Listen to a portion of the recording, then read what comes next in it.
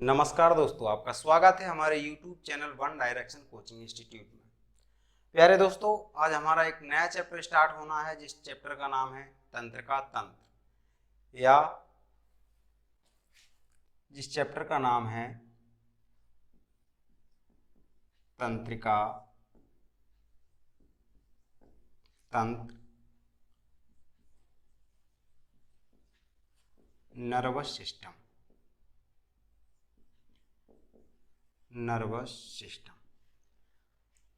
प्यारे दोस्तों, ये बहुत ही इंपॉर्टेंट चैप्टर है जिसको हम बोलते हैं नर्वस सिस्टम, तंत्र का तंत्र। ये तंत्र का तंत्र जो है ये हमारे बॉडी में दो चीज़ों से मिलकर के बना होता है, ठीक। और वो दो चीज़ें बहुत ही इंपॉर्टेंट होती हैं जो हमारे पूरी बॉडी को चलाने का काम करती हैं। हमारा पूरी बॉडी से जो भी सिस्टम है, जो भी हम खाना खा रहे हैं, पानी पी रहे हैं, हम किसी चीज़ को उठा रहे हैं, क्या कर पा रहे हैं, ठीक, हमारा ब्रेन कैसे काम कर रहा है, ये सब किसके अंतर्गत आता है? तंत्र का तंत्र के अंतर्गत आता है, ठीक। तो हम आपको बताएंगे इसके बारे में कि ये कितने पार्ट में हम डिवाइड करेंगे इसको, और कौन सी चीज़ों पे हमें फोकस करना है और कौन सी चीज़ों को हमें नहीं करना है, ठीक। तो दोस्तों, सबसे पहली चीज़ हम देखेंगे तंत्र का तंत्र। इसी को हम बोलते हैं नर्वस सिस्टम, और नर्वस सिस्टम को हम दो पार्टों में डिवाइड करते हैं। नर्वस सिस्टम को हम दो पार्टों में डिवाइड करते हैं। तो नंबर पहला, एक होता है इसका भाग CNS और एक होता है PNS, ठीक। मतलब कहने का कि हमारे बॉडी को दो पार्टों में डिवाइड किया गया है। नंबर पहला, central nervous system, central nervous system. दूसरा, अब इसी को हिंदी में अगर बोलें तो केंद्रीय तंत्र का तंत्र, केंद्रीय तंत्रिका तंत्र, ठीक। हमारे सेंटर पे ऐसी कोई चीज जो हमारे सेंटर से क्या कर रही है, सारी चीज को, सिस्टम को एक बनाए रखे है, मतलब एक उस चीज को क्या कर रही है, कंट्रोल करने का काम कर रही है, ठीक। दूसरा होता है, इसका फुल फॉर्म है पेरिफेरल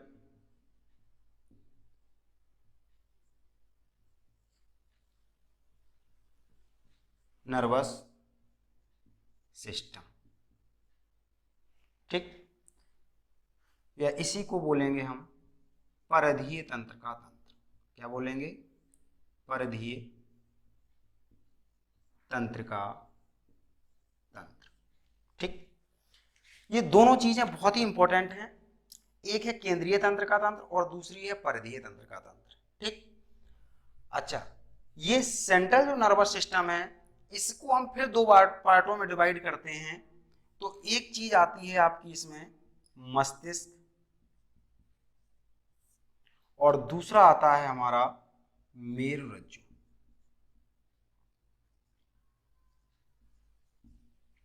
ठीक। इसको बोले ब्रेन और स्पाइनल कॉर्ड, स्पाइनल कॉर्ड, ठीक। बस अब इतना समझना है। अगर हम तंत्र का तंत्र की जब भी हम बात करेंगे नर्वस सिस्टम की, तो हमारा फोकस कहाँ जाएगा?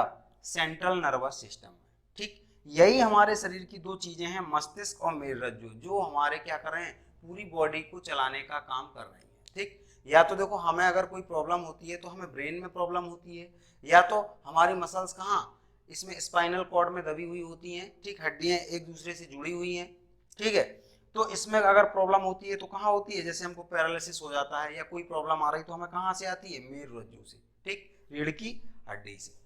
और दूसरा क्या है? ब्रेन, मस्तिष्क। अच्छा, अब हमको फोकस किसी, अगर तंत्र का तंत्र की हम बात करेंगे, ठीक, तो हम फोकस किस पे करेंगे? फोकस करना है हमको ब्रेन पर, मस्तिष्क पर, ठीक। तो हमें बात किस पे करनी है? मस्तिष्क में, ठीक।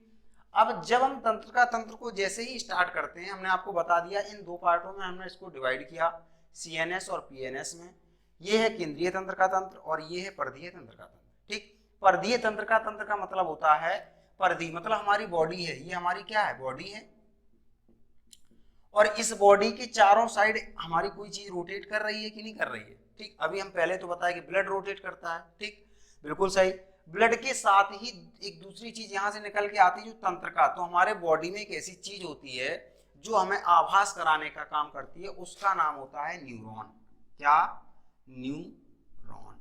ठीक, क्यों? क्योंकि कभी भी आ जाए कि बताइए तंत्र का अध्ययन क्या कहलाता है, या ब्रेन का अध्ययन क्या कहलाता है, तो क्या कहलाता है? न्यूरोलॉजी। क्या कहलाता है? न्यूरोलॉजी। और न्यूरोलॉजी क्यों कहलाता है? क्योंकि यहाँ पे सबसे ज्यादा क्या पाए जाते हैं? न्यूरॉन पाए जाते हैं। न्यूरॉन कहाँ पाए जाते हैं? पूरी बॉडी में, लेकिन ब्रेन में हमारे क्या पाए जाते हैं? सबसे ज्यादा पाए जाते हैं। ठीक, तो ये जो न्यूरॉन है वो हमारे बॉडी में क्या है? सारी जगह रोटेट कर रहे हैं, मतलब सारी जगह ट्रांजैक्शन करने का काम करते हैं, एक दूसरे को संवेदी और अवग्राही के रूप में काम कर रहे हैं, यानी संकेत देने का क्या करते हैं? काम करते हैं। ठीक, इतनी बात क्लियर हो गई।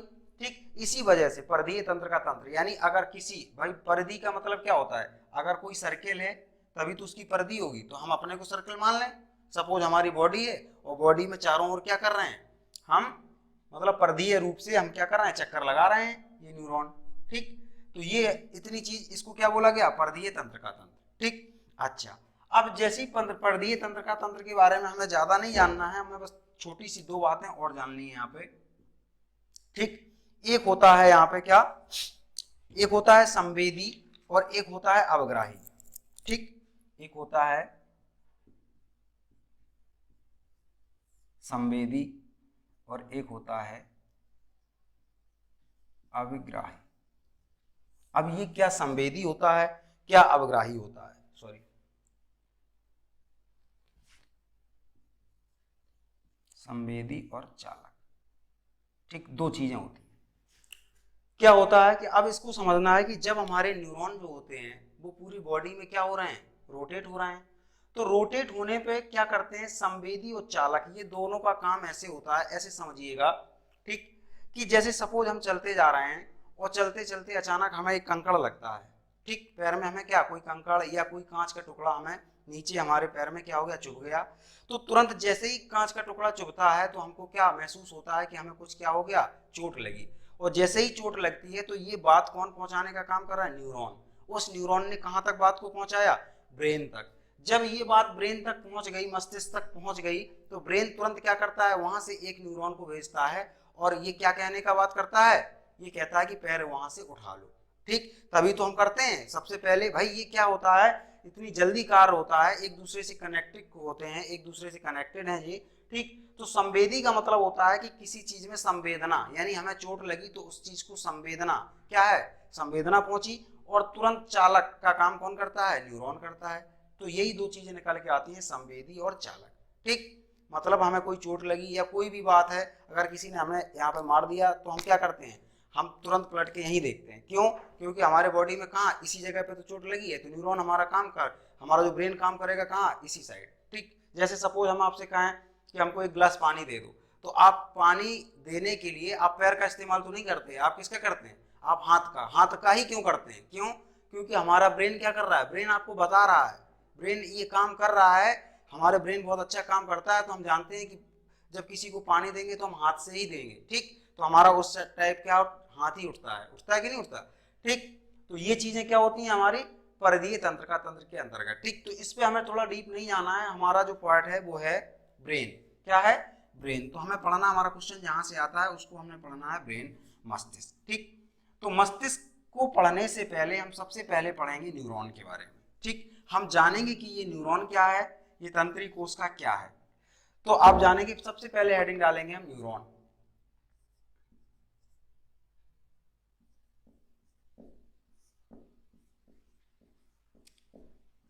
तंत्रिका कोशिका। ठीक, सबसे पहला क्वेश्चन आता है कि बताइए हमारी शरीर की सबसे बड़ी कोशिका कौन सी होती है? तो वो यही होती है न्यूरॉन। कौन सी?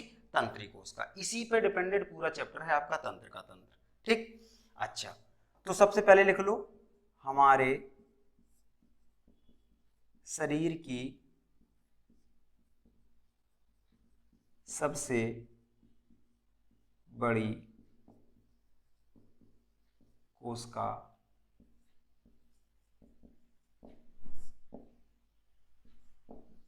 कौन होती है? तंत्रिका कोशिका।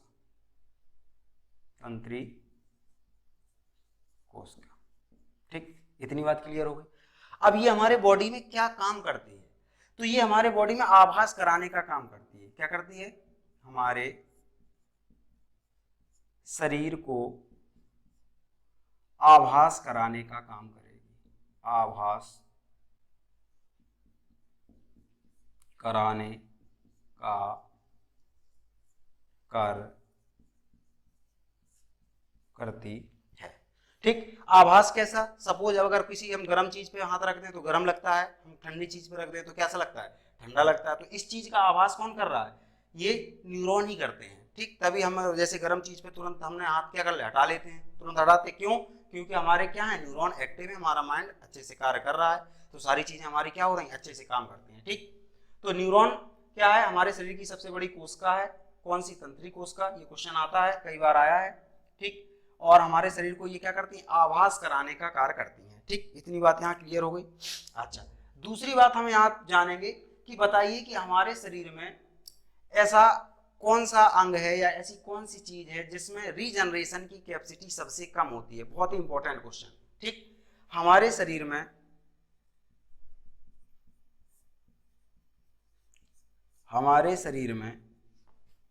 सबसे कम पुनः निर्माण का कार्य, अब पुनः निर्माण को यहीं पे लिखेंगे हम रीजनरेशन, क्या लिखेंगे, रीजनरेशन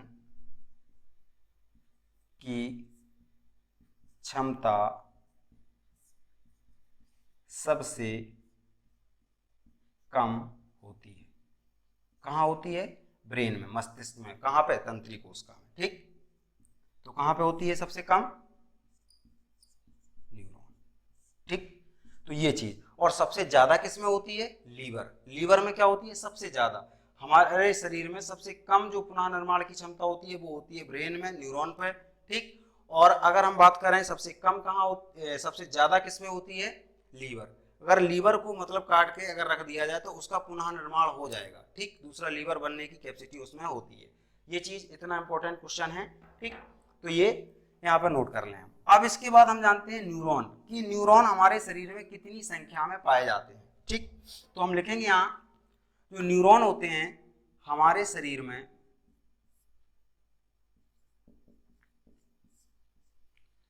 1.5 इंटू 10⁻14 मिलियन पाए जाते हैं। कितने, पूरी बॉडी में, पूरी बॉडी में कितने होते हैं, इतना 1.5 इंटू 10⁻14 मिलियन। और अगर हम बात करें केवल मस्तिष्क की, किसकी, मस्तिष्क की, तो केवल मस्तिष्क में ये पाए जाते हैं 100 मिलियन। कितने, 100 मिलियन। ठीक, इसी वजह से देखो हमने पहले भी आपको जब पढ़ाया है तब हमेशा इस बात को बताया है कि जो चीज हमारे बॉडी के पार्ट में सबसे ज्यादा होती है नाम उसी के अकॉर्डिंग रखा जाता है। तो न्यूरॉन सबसे ज्यादा ब्रेन में पाए जाते हैं, इसी वजह से मस्तिष्क का अध्ययन क्या कहलाता है, न्यूरोलॉजी कहलाता है। हमने बताया था किडनी का अध्ययन क्या कहलाता है, नेफ्रोलॉजी। क्यों, क्योंकि किडनी में सबसे ज्यादा क्या पाए जाते हैं, नेफ्रॉन पाए जाते हैं। ठीक, तो इतनी बात क्या हो गई यहाँ पे क्लियर हो गई। हमारे शरीर में न्यूरॉन की संख्या कितनी होती है, 1.5 इंटू 10⁻14 मिलियन, और मस्तिष्क में केवल होती है 100 मिलियन। ठीक, तो ये बात न्यूरॉन की यहां से खत्म हो गई। अब हम हेडिंग डालेंगे मानव मस्तिष्क के बारे में। ठीक, कि मानव मस्तिष्क क्या है, हमारे शरीर में इसका कितना इंपॉर्टेंट रोल है, ये सारी चीजें हमें बतानी है। ठीक, तो देखते हैं मानव मस्तिष्क के बारे में।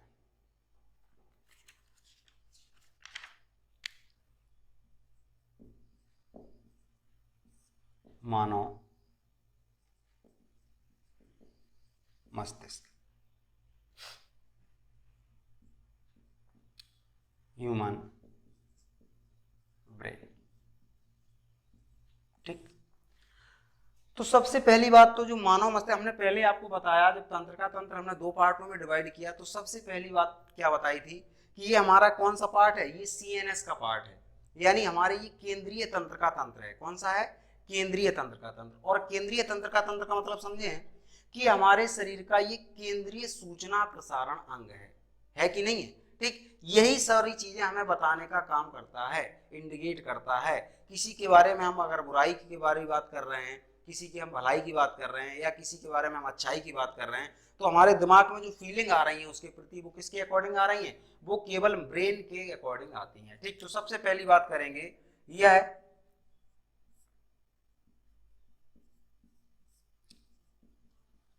हमारे शरीर का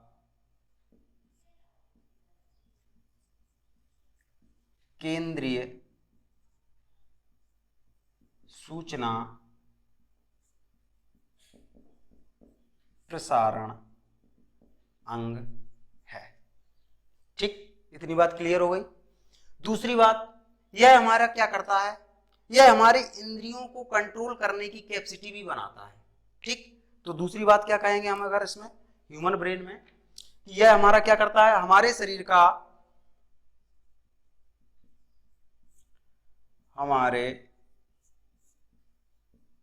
का आदेश एवं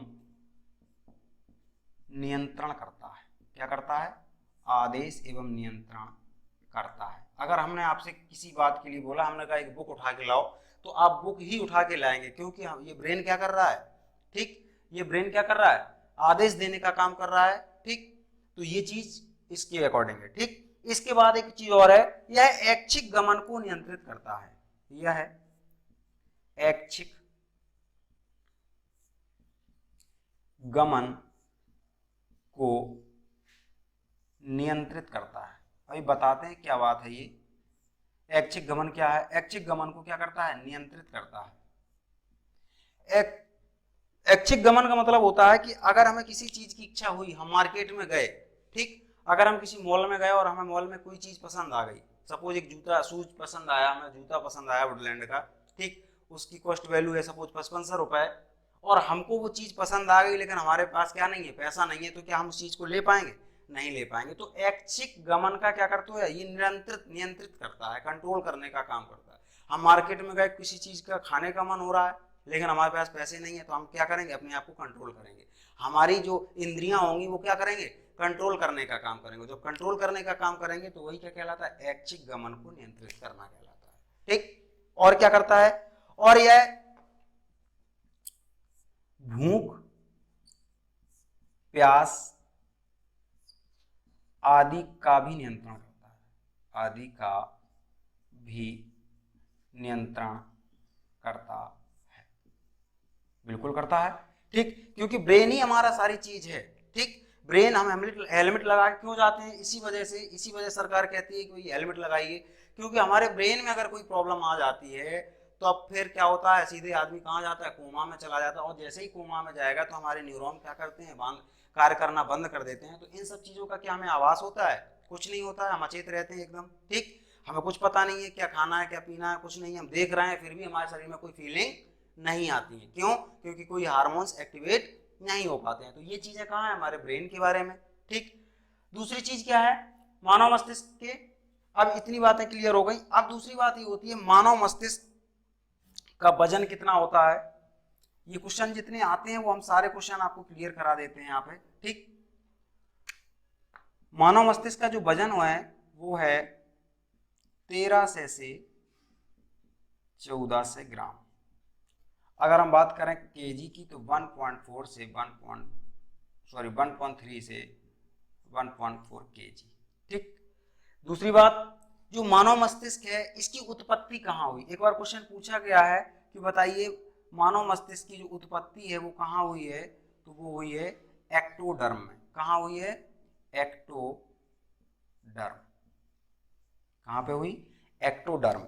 अब एक्टोडर्म सर क्या होता है, एक्टोडर्म भ्रूणी अवस्था की 3 लेयर होती हैं, इस टाइप की क्या है, भ्रूणी अवस्था की ये 3 लेयर हैं, और जो पहली लेयर होती है उसी को बोलते हैं हम एक्टोडर्म। क्या बोलते हैं, एक्टोडर्म। ठीक, तो ये क्या कहलाती है, एक्टोडर्म। बस क्वेश्चन पूछा है, बताइए मानव मस्तिष्क का जो उत्पत्ति होती है वो कहाँ है, कहाँ पे बनती है, ये एक्टोडर्म में बनती है। ठीक, इतनी बात क्लियर हो गई। अच्छा, इसके बाद हम देखते हैं कि जो मानव मस्तिष्क होता है ये हमारे कुल वजन का 2% होता है। कितना होता है, यह हमारे कुल वजन का 2% होता है। ठीक, बिल्कुल बात सही है। ठीक, अच्छा, दूसरी एक सबसे बड़ी बात जो निकल के आती है क्या, कि जो चीजें हैं क्या, जैसे हम देखते हैं, देखने के बाद ही तो हम सारी चीजों को करते हैं एनालिसिस, बिल्कुल। देखने से ही हमारे शरीर में क्या होती है, फीलिंग आती है। बुद्धिमत्ता, जैसे पढ़ने में कोई व्यक्ति कैसा है, बहुत तेज है। एक बच्चा क्या करता है, मतलब 15 मिनट पढ़ता है, 15 मिनट में सारी चीजें याद हो जाती हैं। दूसरा बच्चा 2 घंटे पढ़ रहा है, फिर भी उसको चीज याद नहीं हो रही। तो ये क्या है, ये ब्रेन है। अभी हम ब्रेन के आपके पार्ट बताएंगे कि ब्रेन 3 पार्टों में डिवाइड है, और कौन सी चीज उसको इंटेलिजेंसी यानी बुद्धिमत्ता बताती है। बुद्धिमत्ता क्या होती है, तेज होती है। ठीक, कैसे होती है, क्या होता है, ठीक, कौन हमारे शरीर के तापमान का नियंत्रण करता है, ये सारी चीजें हम किसमें बताएंगे, इसी में बताएंगे। ठीक, तो अब हमें देखना है आपको, अब हमारे जो क्लियर है, नेक्स्ट आपका पॉइंट वो है, हमारा ब्रेन या हमारा मस्तिष्क कुल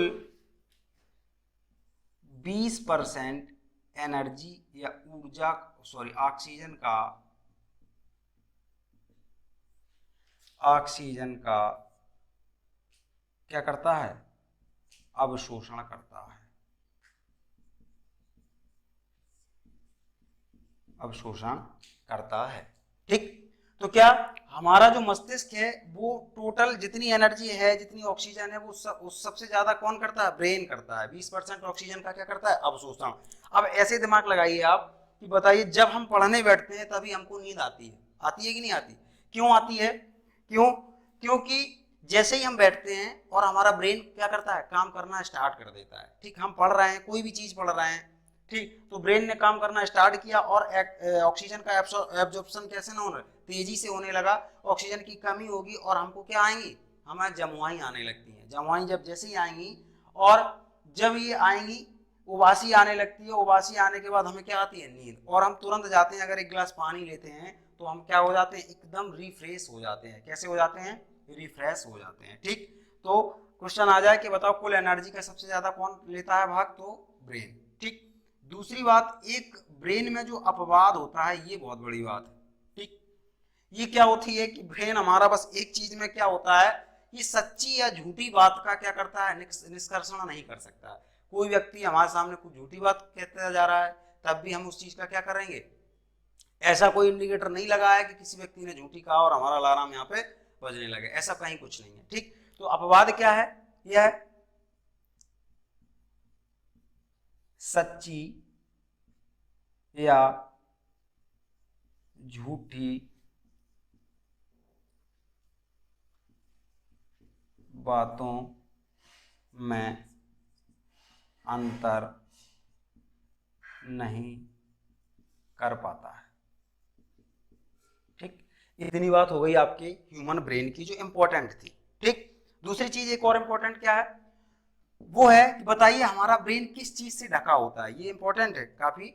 ठीक, तो हमारा ब्रेन या हमारा मस्तिष्क किससे ढका रहता है,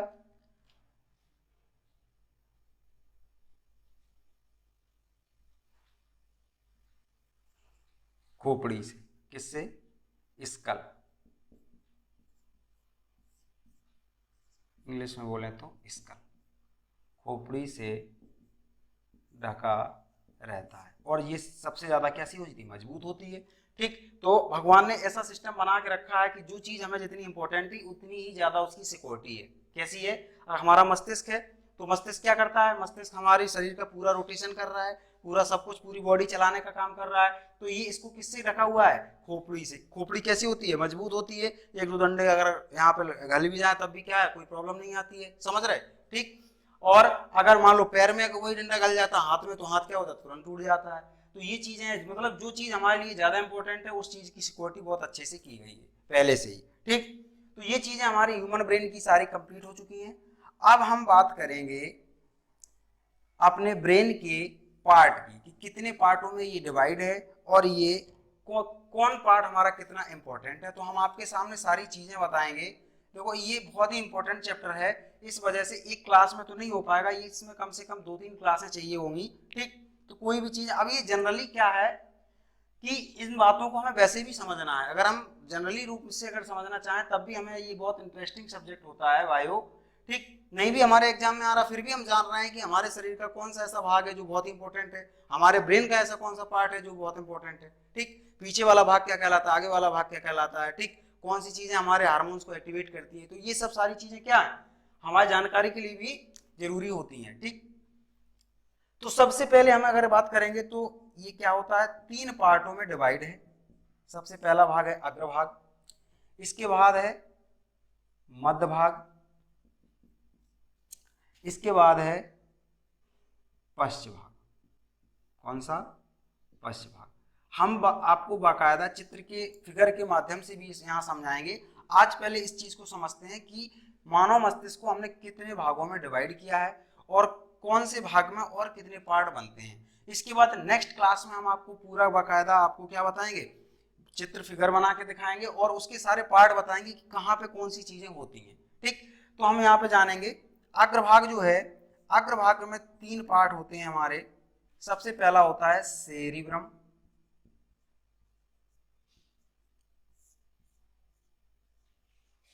सेरिब्रम। सबसे क्वेश्चन आता है यहां से, ऐसा कोई भी चीज नहीं छूटेगा जिससे क्वेश्चन आता ना हो, ठीक। दूसरा होता है थैलेमस और तीसरा होता है हाइपोथैलेमस, हाइपोथैलेमस, ठीक। हाइपोथैलेमस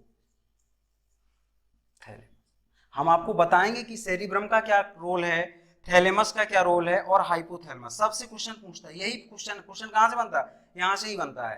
मध्य भाग का कुछ पार्ट नहीं है इसमें, मध्य भाग का केवल काम होता है न्यूरॉन को एक जगह से बॉडी के अन्य पार्टों में डिवाइड करना या भेजना, ठीक। अब आते हैं हम पश्च भाग में। तो पश्च भाग में भी होते हैं 3 भाग। कौन कौन से होते हैं हम जानेंगे। सबसे पहला भाग होता है हमारा क्या, पोन्स। क्या होता है, पोन्स, ठीक। दूसरा भाग होता है हमारा क्या, सेरेब्रम, सॉरी सेरिबेलम, सेरिबेलम। और इसके बाद होता है बहुत ही important medulla oblongata, medulla oblongata, ठीक। यहाँ दिख नहीं रहा होगा आपको तो हम और यहाँ पे लिखे दे रहे हैं इस चीज को कि पश्च भाग में कौन कौन से भाग आते हैं, मध्य भाग में कोई भाग नहीं होता है। यहाँ पे हम रब किए दे रहे हैं यहाँ पे, ठीक। इस चीज को यहाँ देख लो थोड़ा, 3 पार्टों में ये डिवाइड है, ठीक। तो सबसे पहला भाग है पोन्स। क्या होता है पोन्स बताएंगे आपको। दूसरा जो इंपॉर्टेंट भाग होता है वो होता है सेरिबेलम, सेरिबेलम। और तीसरा जो भाग होता है वो है मेडुला ऑब्लोंगेटा, मेडुला ऑब्लोंगेटा। इसका नाम अगर आपने सुना होगा, हमने आपको उत्सर्जन तंत्र पढ़ाया है, हमने आपको श्वसन तंत्र पढ़ाया है, तो इस चीज से आप वाकिफ होंगे पहले से, क्योंकि इसके बारे में हम काफी पहले बता भी चुके हैं आपको, ठीक। अगर आपने हमारी सारी क्लासें देखी हैं विधिवत तरीके से या देखेंगे तो आप इस बारे में जानेंगे कि मेडुला ऑब्लोंगेटा कहाँ होता है, क्या कार्य करता है। हमने कई बार आपको बताया है कि यह निगलने या उगलने का कार्य करता है, ठीक। तो आज की क्लास हमारी यहीं तक रहेगी। तंत्र का तंत्र हमारा जो है इसका पहला पार्ट हमारा कंप्लीट हो चुका है, ठीक। हमारा वीडियो अगर पसंद आए तो इसको लाइक शेयर एंड सब्सक्राइब जरूर करें।